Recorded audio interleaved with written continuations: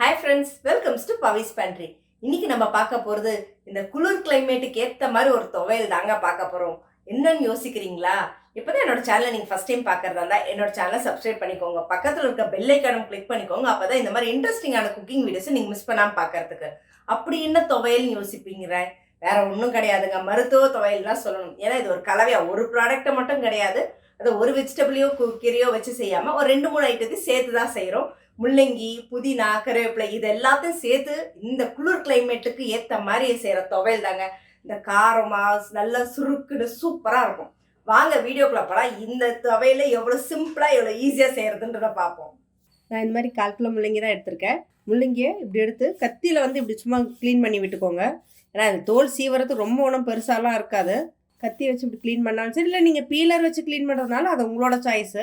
நான் peeler use பண்ணல, சும்மா நார்மலாக மட்டும்தான் இது பண்ணியிருக்கேன். ஸோ 2 முள்ளங்கியுமே அந்த மாதிரி தோல் சீவிட்டு மேலே இருக்கிறத காய் துருவுறதில் வச்சு துருவுனதுக்கப்புறமா அதை கட் பண்ணிக்கோங்க. இப்போ கட் பண்ண வேண்டாம். இப்போது இந்த மாதிரி காய் துருவுறதை வச்சு இந்த பெரிய இதில் வச்சு நல்லா துருவிக்கலாம்.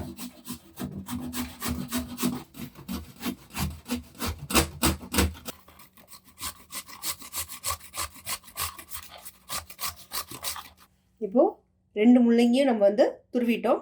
இந்த மாதிரி நீங்கள் எத்தனை முள்ளங்கி வாங்கணும் கட் பண்ணாமல் இந்த மாதிரி துருவி செஞ்சீங்கன்னா வேகிறது ஈஸியாக சீக்கிரம் வந்துடும், சட்டுன்னு வேலை முடியும். அதுக்கு தான் தேவையான பொருட்கள் பார்த்தீங்கன்னா, புதினா ஒரு பிடி எடுத்து வச்சுருக்கேன், பெரிய வெங்காயம் 2, வரமிளகா 3, ஒரு துண்டு இஞ்சி, 1/4 ஸ்பூன் மிளகு, கொஞ்சம் சீரகம், 1/4 ஸ்பூன் மல்லி, கருப்பு எள்ளு, புளி, ஒரு பிடி கருவேப்பிலை, ஒரு 1/4 கப் தேங்காய், ஒரு தக்காளி பழம். இப்போ கடாயை வச்சிடலாம். இப்போ ஒரு 6லேருந்து 7 ஸ்பூன் எண்ணெய் ஊற்றிக்கோங்க.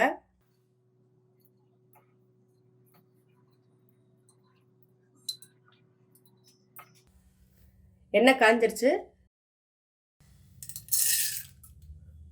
கொஞ்சமாக கடலைப்பருப்பு சேர்த்துக்கோங்க. உளுத்தம் பருப்பு சேர்க்கக்கூடாது. ஏன்னா உளுத்தம் பருப்பு சேர்த்துனா அந்த மாதிரி வளவலன்னு இருக்குன்னுவாங்க. அதனால் கடலைப்பருப்பு சேர்த்துக்கோங்க எப்போவுமே. அதே போல் வெறும் முள்ளங்கி அப்படின்னு சொல்லி கொடுத்தோன்னே யாரும் சாப்பிட மாட்டாங்க. இந்த மாதிரி இன்க்ரீடியன்ஸ் எல்லாம் சேர்த்து நீங்கள் செஞ்சிங்கன்னா சூப்பராக இருக்கும். இப்போ இஞ்சை நல்லா வெட்டி போட்டுருங்க. வரமிளகா 3, காரத்துக்கு எவ்வளோ அதுக்கேற்ற மாதிரி போட்டுக்கோங்க உங்களுக்கு. ஏன்னா மிளகும் ஆட் பண்ணுறோம்.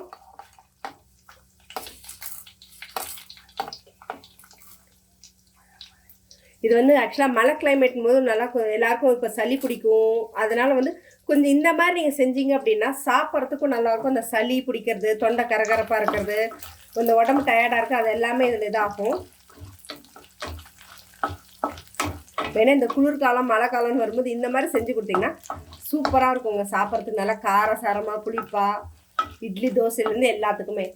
இந்த மாதிரி துவையல் அரைக்கும் போது ஒன்று பூண்டு சேருங்க, இல்லை இஞ்சி சேருங்க. 2ம் சேர்த்துங்க. அந்த இஞ்சி பூண்டு வாசனை இருக்கும், அது நல்லா இருக்காது எப்பவுமே துவையலுக்கு. ஸோ இஞ்சி மோஸ்ட்லி சேர்த்துக்கிட்டிங்கன்னா கொஞ்சம் நல்லாயிருக்கும். ஏன்னா பூண்டு அப்படின்றது ஃப்ளேவர் நிறைய பேருக்கு பிடிக்காது. இஞ்சினா அந்த காரம் இருக்கும், அதுக்காக. இப்போ அடுத்ததாக நறுக்கி வச்சுருக்கிற வெங்காயத்தை ஆட் பண்ணிடலாம்.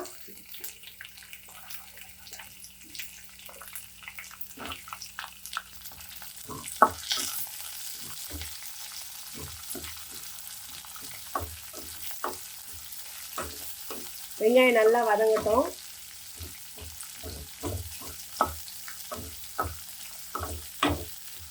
இன்னும் ஊர்லெல்லாம் செய்யும்போது பார்த்தீங்கன்னா ஓமெல்லாம் ஆட் பண்ணுவாங்க. ஏன்னா அந்த சளி பிடிக்காமல் இருக்கிறதுக்கு, ஈரம் சேரக்கூடாது அப்படின்றதுக்கு அது ஓமம் சேர்த்து செய்வாங்க. அது இன்னும் டேஸ்ட் நல்லாயிருக்கும். ஆனால் நான் இன்றைக்கி ஆட் பண்ணலை. இப்போ கழுவி வச்சுருக்கிற புதினாவை ஆட் பண்ணிக்கலாம்.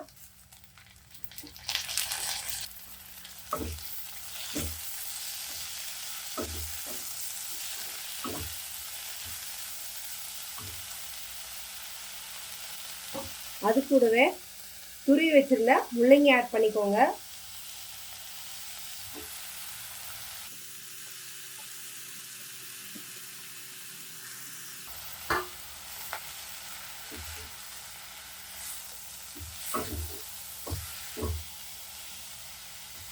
நல்ல முள்ளங்கி வதங்கணுங்க. நார்மலாக முள்ளங்கினா சாப்பிட மாட்டாங்க. ஸோ இது என்ன பண்ணுறது, நிறைய பேர் யோசிப்போம் வாங்கினா ஆனால் எப்படி சமைக்கிறது அப்படின்றதுக்கா. இந்த மாதிரி செஞ்சு கொடுத்தீங்கன்னா முள்ளங்கியும் சாப்பிட்றதுக்கு நல்லாயிருக்கும். அதே போல் சீக்கிரமாக உடம்புக்கும் ரொம்ப ரொம்ப நல்லது. இப்போது கழுவி வச்சுருக்க 1 கப் கருவேப்பிலை ஆட் பண்ணிடலாம். கருவேப்பிலை எதுக்கு அப்படின்னா ஜஸ்ட் ஆப்ஷனல் தான். ஏன்னா கருவேப்பிலை நம்ம சமையலில் போட்டோம்னா எடுத்து வச்சுருவாங்க. சாப்பிட மாட்டாங்க. கருவேப்பிலை வந்து சாப்பிட்றதுனால வந்து முடி நல்லா வளரும், கருப்பாக இருக்கும். சொல்லுவாங்க இந்த ஹீமோகுளோபின் ப்ராப்ளம் இருக்கிறவங்க அப்படின்னு கூட இது சாப்பிட்டாங்கன்னா கொஞ்சம் நல்லா ரெக்டிஃபை ஆகணும். ஸோ இந்த மாதிரி நீங்கள் செஞ்சீங்கன்னா கருவேப்பிலையும் நமக்கு உள்ளே வந்து அவங்களுக்கு கொடுத்த மாதிரி இருக்கும், ஹெல்த் வைஸ் நல்ல ஒரு ப்ளஸ்ஸாகவும் இருக்குங்க. இது எல்லாமே கொஞ்சம் நல்லா வதங்கட்டும். நல்லா அந்த வதங்கி வரும்போது தான் இந்த புளியும் தக்காளியும் நம்ம ஆட் பண்ணுவோம். இப்போவே போட்டோம் அப்படின்னா நல்லா இருக்காது. இது அந்த பச்சை வாசனைலாம் நல்லா போகிற அளவுக்கு முள்ளங்கி நல்லா வதங்கணும். இப்போது இது நல்லா அப்படியே வதங்கி கலர் மாறிடுச்சு. இந்த ஸ்டேஜில் வந்து நறுக்கி வச்சுருக்கிற ஒரு தக்காளி ஆட் பண்ணிக்கோங்க. கொஞ்சமாக எடுத்து வச்சுருக்கிற புளி, இது கூடவே எடுத்து வச்சுருந்த எள்ளையும் நீங்கள் ஆட் பண்ணிக்கோங்க. எள்ளு வந்து ஆப்ஷனல் தாங்க, உங்களுக்கு வேணும்னா நீங்கள் ஆட் பண்ணிக்கலாம். எள்ளு போட்டால் ஃப்ளேவர் நல்லாயிருக்கும். அதுவும் இல்லாமல் இந்த குளிர் கிளைமேட்டுக்கு அந்த மாதிரி சாப்பிடும்போது கொஞ்சம் உடம்பு வந்து கூலிங் இருக்காமல் ஹீட்டாகவே வச்சுருக்கோம். அதுக்காக தான் மெயினாக வந்து சேர்க்குறது. இப்போ இது நல்லா வதங்கினதுக்கப்புறம் அதுக்கப்புறம் தேங்காய் போட்டுட்டு நம்ம இறக்கிடலாம். இப்போ வதங்கிறதுக்கு உப்பு ஆட் பண்ணிக்கலாம். இப்போ வந்து உப்பு ஆட் பண்ணிப்போம். நீங்கள் வெறும் முள்ளங்கி மட்டும் வச்சு செய்கிறதுனால இதை நீங்கள் தாராளமாக செய்யலாம். இந்த கருவேப்பிலை புதினா எல்லாம் சேர்க்காம. எனக்கு இந்த மாதிரி செய்கிறது வந்து பிடிக்கும். ஏன்னா புதினா ஃப்ளேவர் கருவேப்பிலெல்லாம் எப்படி கொடுத்தா தான் பசங்க சாப்பிடுவாங்கன்றதுக்காக நீங்கள் அப்படியே ப்ளெயினாக ட்ரை பண்ணுறதுனா ட்ரை பண்ணலாம். இப்போ லேசாக வதங்கினா போதும், ரொம்ப குழையக்கூடாது, இல்லைன்னா அந்த தக்காளி ஒரு மாதிரி இதாகிடும், டேஸ்ட் நல்லா இருக்காது. இப்போ வந்து என்ன பண்ணுங்கள், கட் பண்ணி வச்சுருக்கிற தேங்காவே இது கூட ஆட் பண்ணிக்கோங்க.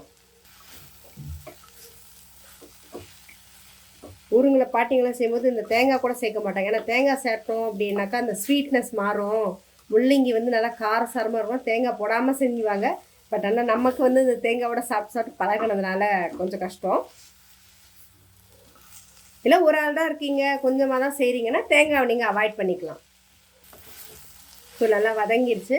இது அப்படியே ஆறட்டும். ஒரு மிக்சி பவுலில் போட்டு நம்ம அரைச்சி எடுத்துக்கலாம்.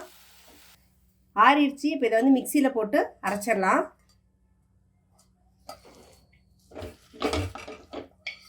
ஒரேடியாக போட்டு அரைக்காதீங்க, கொஞ்சம் கொஞ்சமாக போட்டு அரைங்க. ஏன்னா அப்போ தான் வந்து நல்லா வந்து மையும்.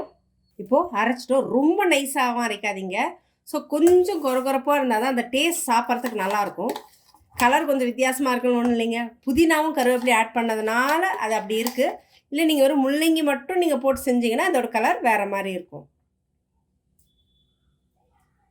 இந்த மாதிரி தோசைக்கு இட்லிக்கு சாதம் சுட சுட வச்சு அதுக்கு நீங்கள் சேர்த்து சாப்பிட்டாலுமே நல்லாயிருக்கும். நான் இன்றைக்கி வந்து தோசைக்கு தான் செஞ்சுருக்கேன். இப்போது தோசையோடு நம்ம வந்து சட்னி டேஸ்ட் பண்ணிடுவோம்.